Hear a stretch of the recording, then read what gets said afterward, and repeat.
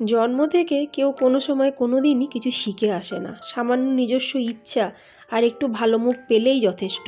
তাতেই কিন্তু অনেক খুশি মনে আমরা সবাই সব কিছু শিখে নিতে পারি। তার থেকেও বড় কথা, যদি সেই শেখার মানসিকতাটা আমাদের থেকে থাকে।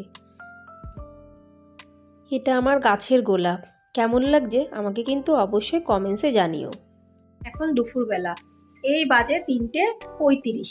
দেখে নাও, 3:35। তো অনেকদিন ধরেই ভাবছি কোনো মিষ্টি জিনিস কিছু বানানো হয় না, কি বানাবো। পায়েসের চাল তো এখানে পাওয়া যায় না, ওই দুধ মালাই দিয়ে পায়েস, আঙুর ফল টক সেই রকম অবস্থা। তো দুধ মালাইটাও নেই ঘরে, তো ভাবছি একটু সিমাই বসাই। তো দুপুরবেলায় বেশ মিষ্টি মিষ্টি কিছু মাঝে মধ্যে খেতে ইচ্ছা করে। খাওয়া দাওয়া হয়ে গেছে, তো আজকের ব্লগটা আমি এখন থেকে শুরু করছি। নমস্কার আমার প্রিয় ইউটিউব পরিবার, তোমরা সবাই কেমন আছো? আশা করছি তোমরা সবাই অনেক ভালো আছো, সুস্থ আছো। আমিও ভালো আছি। আমি সুপ্রিয়া, আমি তোমাদের সবাইকে আমন্ত্রণ জানাই নাসিকের ঘরকন্যার আরেকটি নতুন ব্লগে।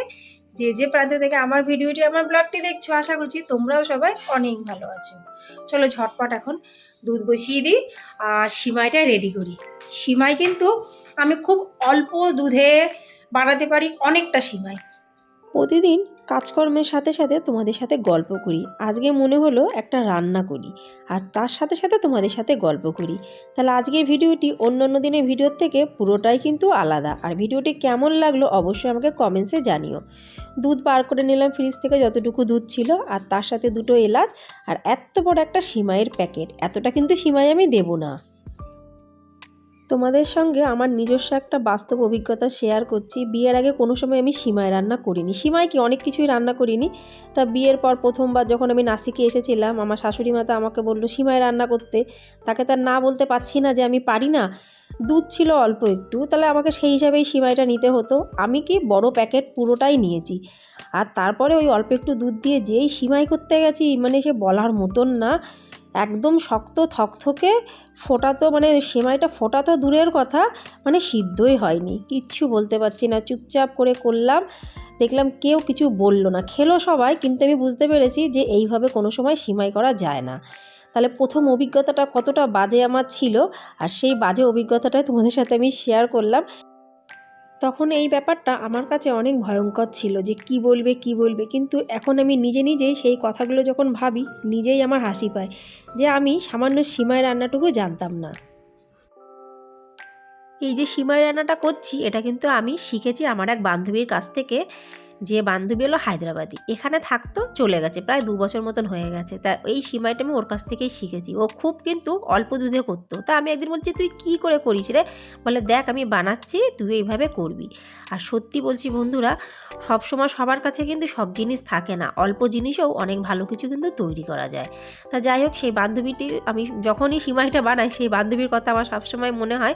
আর তার নাম হলো প্রপুর্ণা। সে হায়দ্রাবাদি। আর ওই জন্যই ওর হাজব্যান্ড ট্রান্সফার নিয়ে ওইখানে চলে গেছে। যাই হোক, এখানে কিন্তু আধা লিটার থেকে একটুখানি বেশি মনে হচ্ছে দুধ হবে। আর কড়াইতে বেশ কিন্তু খানিকটা আমি সিমাই নিয়েছি, তোমরা দেখতেই পেয়েছো। আর 2টো এলাচ, এর মধ্যে খানিকটা ড্রাই ফ্রুটস দেবো। কিন্তু ড্রাই ফ্রুটস কিন্তু আমি ঘিতে ভাজবো না, আমার আবার জ্বালা আছে। একে তো আমার ছোটো মেয়ে সিমাই খাবে না, গ্যারান্টি সহকারে। ও সিমাই, পায়েস, সুজি কিছুই খায় না, খুব চুজি। রসগোল্লা, গোলাপজামুন এইগুলো যদি খায়, গোলাপজামুন নাসিকে পাওয়া যায় কিন্তু রসগোল্লা তো পাওয়া যায় না, ওই জন্য ও না খাওয়ার মধ্যেই ধরা পড়ে। আর যদি এর মধ্যে ড্রাই ফ্রুটসগুলো ঘিতে ভেজে দিই, তাহলে আমার বড় মেয়ে খাবে না। ওকে ড্রাই ফ্রুটস দিতে হবে যে কোনো কিছু কাঁচা কাঁচা।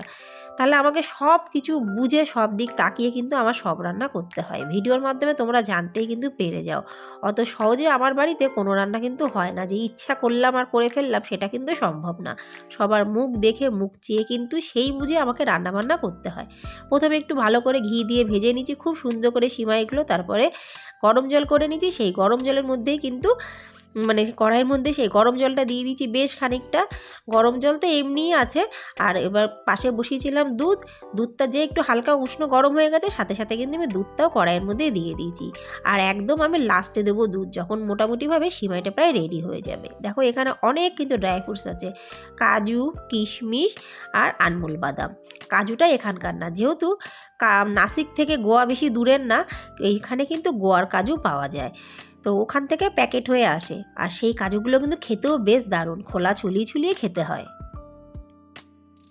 তাহলে বুঝতেই পারছো এই সমস্ত জিনিসগুলো আমি আগে ভালো করে ছুলিয়ে ছালিয়ে একটু হালকা হালকা করে ফাটিয়ে নেব, গোটা গোটা দেবো না, যেহেতু গোটা দিলে কেউ খাবে না। তাতে এখানে 3 পিস আমি কাজু নিলাম, আর দেখতে পাচ্ছি কোটোর মধ্যে কাজু নেই, মানে কাজু সব খাওয়া হয়ে গেছে, 3 পিসই বাকি ছিল। বাদাম আর আনমুল বাদাম আর কিশমিশ বেশ খানিকটা আছে, কিন্তু কিশমিশটা আমি ভালো করে ধুয়ে নেব, আনমুল বাদাম কিন্তু ধোবো না। ধুলে আমি এই যে যেখানে আমি কুটবো সে কোটার মধ্যে কিন্তু বাদামটা ভালো করে কুটতে পারবো না। আনমুল বাদাম আমি অনেকটাই নিচ্ছি এই কোটার মধ্যে, আর বেশ মানে পুরো মিক্সি মানে পুরো পেস্ট হবে না, বেশ কাদ্দুকাস টাইপের একটু একটু থাকবে, বেশ মুখে দানা দানা বাঁধবে, এরকম ধরনের কিন্তু আমি কুটবো। দেখতেই পাচ্ছ আমি হামানদিস্তা দিয়ে আস্তে আস্তে করে কুটছি, টুকরো টুকরো হয়ে থাকবে, একদম পুরো পেস্টও হবে না, আর বেশ মুখে মুখে পড়বে, খেতে কিন্তু দারুণ লাগে। প্রতিদিনকার মতো আজও খুব সুন্দর দুটো কমেন্টস তোমাদের সাথে আমি শেয়ার করতে চলেছি। প্রথম কমেন্টসটি লিখেছে রুমা রয় ব্লগ। রুমা রয় দিদিভাই লিখেছে, সুপ্রিয়া বোন কিছু বলার নেই, তোমার প্রতিদিনকার ভিডিও আমি যত দেখি তত আমার দেখতে ইচ্ছা করে। অসংখ্য ধন্যবাদ দিদিভাই এত এত ভালোবাসা দেওয়ার জন্য, অসংখ্য ধন্যবাদ, অনেক অনেক ভালোবাসা। দ্বিতীয় কমেন্টসটি লিখেছে এক্সপ্লোরের শিলা দিদিভাই লিখেছে, সুপ্রিয়া তোমার ব্লগগুলো দেখি আর সিরিয়ালের মতন মনে হয়। তো আমি প্রথমে বুঝতে পারিনি যে দিদিভাই কী বলল, তারপরে অনেকক্ষণ চিন্তা ভাবনা করার পরে আমি বুঝলাম যে আমরা যখন যে কোনো সিরিয়াল দেখি একের পর এক চলে আসে, দিদিভাই সেই মন্তব্যটিই করেছে। অসংখ্য ধন্যবাদ দিদিভাই, তুমি যে আমার এই ভিডিওগুলো দেখছো প্রতিদিন আর সুন্দর সুন্দর কমেন্টস করছো, ধন্যবাদ। যে বন্ধুরা আমার ভিডিও দেখে কমেন্টস করছে তাদেরকে সবাইকে অনেক ধন্যবাদ, অনেক ভালোবাসা, আর যারা শুধু ভিডিও দেখেছো তাদেরকেও অনেক ধন্যবাদ, অনেক অনেক ভালোবাসা। তোমাদের সাথে গল্প করতে করতে সিমাই কিন্তু একদম রেডি। কেমন লাগলো আমার সিমাইয়ের রেসিপিটা একটু আমাকে কমেন্টসে জানিও। সিমাই করতে সবাই পারে এটা আমি জানি, আর সিমাইটা খুবই তাড়াতাড়িতে হয়ে যায়। সিমাই রান্নার সাথে সাথে তোমাদের সাথে অনেকগুলো গল্প সেরে ফেললাম। তাহলে আজ আমার এই ভিডিওটি এখানেই সমাপ্ত করছি। ভালো লাগলে লাইক, সাবস্ক্রাইব, শেয়ার, কমেন্টস করতে কিন্তু একদমই ভুলো না। আবার তোমাদের সাথে দেখাবে পরবর্তী ব্লগে। ততক্ষণের জন্য নমস্কার।